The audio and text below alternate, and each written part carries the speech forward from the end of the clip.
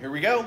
Episode 15. Episode 15. The Rare Coin Show. Welcome back. Thanks for joining us, guys. Hope you enjoyed the Long Beach show, the recap with Ivan. That was pretty exciting. Yeah, it's always cool meeting with Ivan the Great. I love him. He's the man. He's mellow. He's full of information. We always have a good time filming those episodes. So we do. Yeah, it worked out well. Yes. So as we mentioned last time, we're going to do something a little bit different today. We're going to review a few online opportunities to acquire rolls of silver dollars specifically. I know it's an area of the market that tends to be, I don't want to say manipulated, but people like to kind of work around the right wording and use descriptions that aren't quite real descriptions and kind of circle the wagon of reality, you could say. They often use very old terms that we haven't used in decades. Right. And they most often, as John was saying, they kind of dance around truth.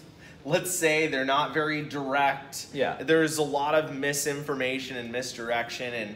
And so we asked ourselves, is there legitimate coin sales going on in rolls? Because it really hasn't happened in a major way in decades. Ever since certification came around in 86 and 88. Now, so in the 1930s was when the pricing for rolls of coins, BU rolls specifically, started popping up on the dealer gray sheets. And then by the 1950s and 1960s, after all the pricing out of rolls and selling of rolls, they started to realize, well, maybe there is a shortage of the silver coinage, which some speculate may have led to them saying, well, maybe we should start certifying or looking at grading some of these uncirculated coins. Okay, so it was a population issue. They were starting to think, we suspect we know how many of these are out there because we can see them coming and going in our inventory, but we really don't know. Right. So we're going to figure out the population. Exactly. Okay. So, well, let's dive into the first offer. This is one we found on Etsy, and it's somebody who's advertising a roll of Morgan dollars. Let's take a look at some of these descriptions. And mind you, we clearly have opinions already because we've been doing this a while. Right. We talk to a lot of clients that buy these products. We're going to try to go into this as objectively as possible and give you guys the real lowdown from a very level playing field, let's say. So let's go ahead and break it down. Let's take a look. Okay, so here we have an offer from Estate Coin Shop on Etsy's website. Okay, so you're starting to think maybe this guy goes to estate sales, pokes around and finds some things that maybe some old people had that they maybe they weren't familiar with coins and kept them in rolls, didn't get them certified. That's the impression that he wants to cling on to. So, so the description says, Morgan silver dollars roll, BU, PL, which means proof-like, 1879, and here's the key. It says 1879 and CC. So he's actually not saying it's an 1879 Carson City Morgan. He's saying it's an 1879 potentially Philadelphia and a CC. Now we know the most common date is an 1883, 1884 Carson City. So we're assuming that is the Carson City date we'll be looking at. Correct. And of course it says ends. So everything else in between the two ends, the 18 coins in between, most likely are just circulated common dates. Yeah, but I mean, breaking this down, even to get started, we have BU and PL. Either something's BU or it's PL, right? It can't be both. So this is kind of a goofy. But let's give them the benefit of the doubt. Let's assume that there really is an 1879 proof-like Morgan dollar here. So PCGS right now, the terms were kind of all crammed together. It seemed kind of funny. But so what we're gonna do is look at what some of this language is trying to lead us on to. Oh, that's a rad little circle, dude. How'd you?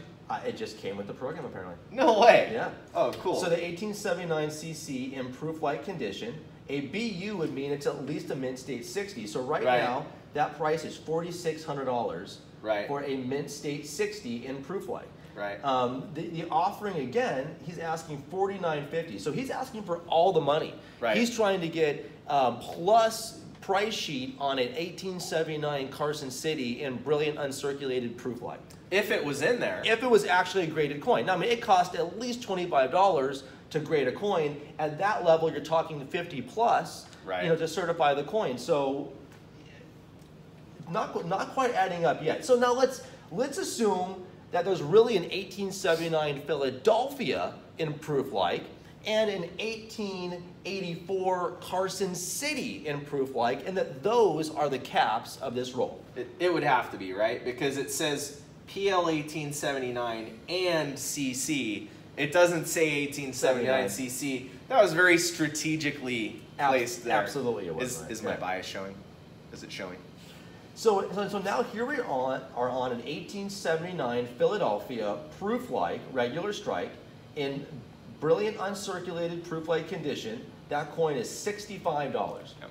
Okay, so now let's look at the 84 Carson City.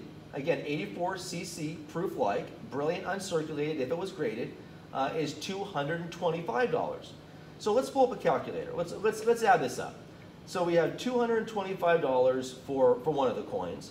That's the 84 CC. Right. Plus the 79. We have Philadelphia proof-like. Did we say proof-like 62? Proof-like 60? 60. 60. Yeah. Okay.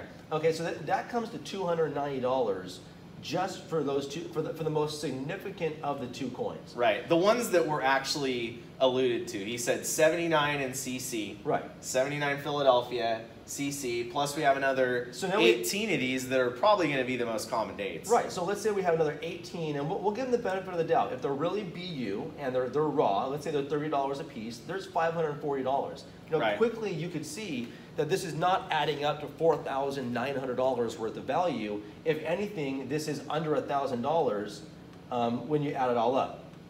We're talking about a total of $830 versus the $4,950 that the guy's asking for it. So clearly this is a true manipulated ad. He's trying to make a $4,150 profit above high retail for these coins individually. I mean, that is what, a 300-400% markup? It's insane. It's nowhere even close to ethical. No way, no way. We might even want to report this guy. Yeah, this is the kind of guy who you'd want to call the Numismatic Crime Information Center on and let them know that these types of tactics are being deployed out there. If Grandpa was on the internet and accidentally bought it, didn't know what he was doing, or whoever, right? Grandma, whoever bought the coin. Absolutely. If they actually bought that set, I'd call those guys or any trade organization this guy's a part of and report him, because it's just, it's not even within the line of reason. Right, so, then there's another guy who's doing something that is, as you can see, it's similar. We have Mike's Money Market. And Mike, again, it looks as though he goes to estate sales. It's called the Estate Sale Money Hoard Coin Collection Lot Set. So we have a pretty, it seems like we're starting a theme with estate. That's a term that's been used in both of these so far. This looks like a lot of silver. It looks like a heck of a lot of silver. I mean, it looks like every top of that is covered in what looks like either a barber or some sort of silver dime. Yeah, it looks like barber dimes, huh? But so it's $16.85. What are you getting one roll? Are you getting all of these rolls? I mean, it doesn't necessarily say. It doesn't really say. We're assuming you're getting one roll. Now, if we look at the language a little bit, we can see that never before seen rolls, truly unique. He has some very interesting descriptions of them. He says truly unsearched. In other words, it's not just kind of unsearched, it's truly 100%. It's never been looked unsearched is what he's alluding to. Right. Also, tightly crimped roll wheat cents. So he says right off the bat that it's wheat cents with a barber dime showing on the end. Yeah. So you really basically what you're getting is probably 2 dimes and the rest of it in between are wheaties, are wheat cents. Right. Yeah. So I don't know what his definition of unsearched is, but mine is that the roll has never been opened. And there was also a story on there about how the old coin sorters didn't used to be able to tell the difference between a penny and a dime, so a lot of dimes snuck in there. He even says he has one comment where he opened one of the rolls himself, and most of them were silver dimes. So he really baits you with that comment. Yeah. So yeah, he really is, trying to take advantage. I mean, I guess what I said, he's baiting, he's taking advantage, whatever it is. But the Roosevelt dimes or I keep saying Roosevelt dimes, but it's freaking Barber dimes, and I know it. Okay, I know it. It's Barber dimes. I know. That's okay. Okay. But yeah, he's clearly trying to kind of take advantage of the public on that one. So, I mean, we have our opinions. There's a lot of seemingly misleading statements and all kinds of funny business going on. Let's just check out some reviews and see what's up. Yeah. Let's see here. Okay. Well, there's 172 reviews. Yeah. Okay. Nice range of pennies. Poor condition on the 1 dime. Okay, that's one with 1 dime. This says wheat cents, Barber dime, silver and circuit. Yeah, that doesn't mean anything. That's just Sandra saying all the things in the title. My dad's gonna love these. I'd buy from the seller again. Can't wait for him to see what's inside. Okay, next review, 1 star. Not one coin in the 30s, 20s, or teens. They have been searched. What a waste of money. Huh, I guess our instincts are okay on this, but you know what? That's just one review. Let's keep going. Both rolls were green or had black spots all over them. Dimes were dull. Oop, dimes. That means at least 2, right? Okay, yeah, sure. Destroyed by a razor knife, meaning that a knife was used to cut open the previous roll and then put them in a new roll, maybe? Huh? Maybe. I'm getting a searched vibe right now. I am too. Out of this. Let's keep going. 49 common wheat heads in a smooth dime. Don't want any more at that price. Looks like they just stuck a smooth dime in the end of the roll. Our suspicions seem like they're coming into fruition. Oh yeah. Should have said roll, not rolls. You get 1 roll. We figured that. Coins are flat. They have been so recirculated, which I think they mean circulated. And the single dime is even worse. Don't waste your money. Right, and when 1 silver dime is trading at 12 times value, so it's $1.20, right? A flattened silver dime is worth $1.20. The rest of it are Wheaties that might trade between 1 cent and 5 cents, depending on the surface of it. But and if they're corroded, they might even be worthless. Yeah, I don't know how that particular part works, but so you mean maybe you're talking about $1.50, in actual value there. In actual value, that's being sold for $16, was it? Being sold for almost $17. $17. So this estate sailor is marking his product up 17 times. Right. 17,000%? Is that, or is it 1,700%? 1,700%. Yeah. Yeah. So I mean, this is just way far outside. Yeah. The first guy we thought was bad at 3 or 4 times markup. This guy was at 17 times markup. Right. So fuck that guy. Fuck you. Yeah, he really needs fuck him. He needs to be taken off the market. I mean, he really does. Yeah. Again, I think we're talking about somebody who we should call the Numismatic Crime Information Center on, but maybe we will, maybe we won't. We'll see. I think we definitely should, and I'm going to do it on my way home when we're done with this. There you go. Yeah. All right, guys. Probably Your not. time is up. Probably not. So then we have guys like LNC Coin, for example. They're being advertised here on numismaster.com. I don't know them, but I haven't heard anything negative. Right, and what over time. And I don't know the business. What they're offering is a little bit more reasonable, but still there's some detail that needs to be paid attention to. Okay, this is a roll, right? It is. It's a roll of Morgan dollars. It's all the 1884 New Orleans, which is not the most common date of a 1921, but it is probably in the top 3 of common dates for the entire Morgan dollar series. So this do we see a state anywhere or unsearched maybe? We're not seeing that. It just says 1884 BU Morgan dollar roll. Now it seems pretty straightforward. Right. Now these guys, they're not baiting you saying that they haven't searched them. They're not baiting you saying it's going to be proof-like, or that there's an N with a CC on it, or it's not 84 and CC. So it's relatively straightforward. You should know what you're getting here. Right. But now let's analyze the pricing. Sure. And the offer is $875. We're talking about 20 coins. So let's just see what this averages out. A little over. Is that $40 a coin? So 875 divided by 20. $43.75 per coin. We're looking at $43.75. Okay, so what does it cost to grade these guys? So $43.75 here is the grading cost at PCGS.